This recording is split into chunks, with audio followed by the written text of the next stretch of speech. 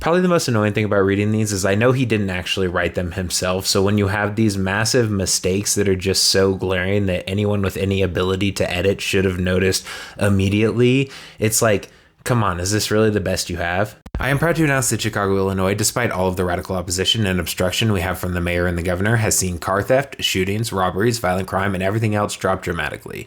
Just a little bit of history if you don't know, crime rates in major cities since about the mid-1990s have dropped dramatically across pretty much every U.S. major city.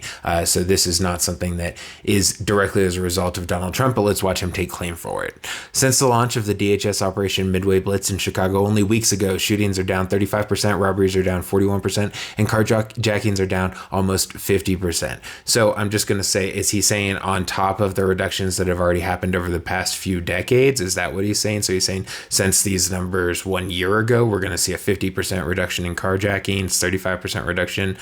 Since a couple weeks ago, as he says. Obviously, these numbers are not out yet. They've not been compiled. He's just making this claim completely out of nowhere, saying that it doesn't even matter that the Democrats are trying to stop us. We can just continue to do this, and we see these dramatic results due to my policy. Right, so we just had 50%. And this is with just a small initial federal force, not the full surge we have done in Chicago and Memphis. You might remember that the initial premise of this is that in Chicago, where we haven't done a full surge, the reduction in carjacking and robberies and whatever is down all of these percentages. But he says here, this is where with just an initial federal force, not the full surge we have done in Chicago and Memphis. He confuses it, or whoever's writing this is confusing it, which again is just like, is this the best you can send? That is a glaring, obvious mistake just sitting right in the middle of this.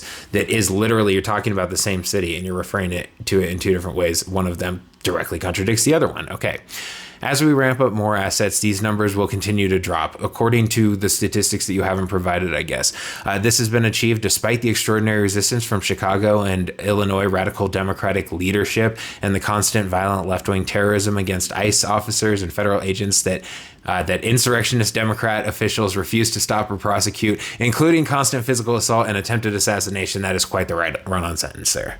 You get to learn something because I just learned something. I felt like that was a really long run-on sentence, so I counted how many words it was, and then I looked up how long is the average sentence, and you get a thing here that says 15 to 20 words is the average, with anything 25 plus words becoming very difficult and may lead to comprehension issues. That last sentence that I just read that finishes this, I just counted the number of words. There are 43 words in there, so that's why it was sounding like more and more of a run-on, doesn't make sense sentence where he's just like accusing here left and right and saying we're being terrorism against ICE officers and federal agents, and there's insurrection thrown in there, and Democrats and radicals and all of that. It's pretty crazy what he was just doing for that last sentence. If I don't say anything, no one will subscribe. So I put out today another video on Patreon, Substack, and also subscription here where I went over the elections. I went over the Dems basically giving up, Trump pardoning his allies, and then I went over some history and what's going on with the demolishment of the East Wing. If you want to see that, again, you can subscribe on Patreon, Substack, or here. Patreon is probably the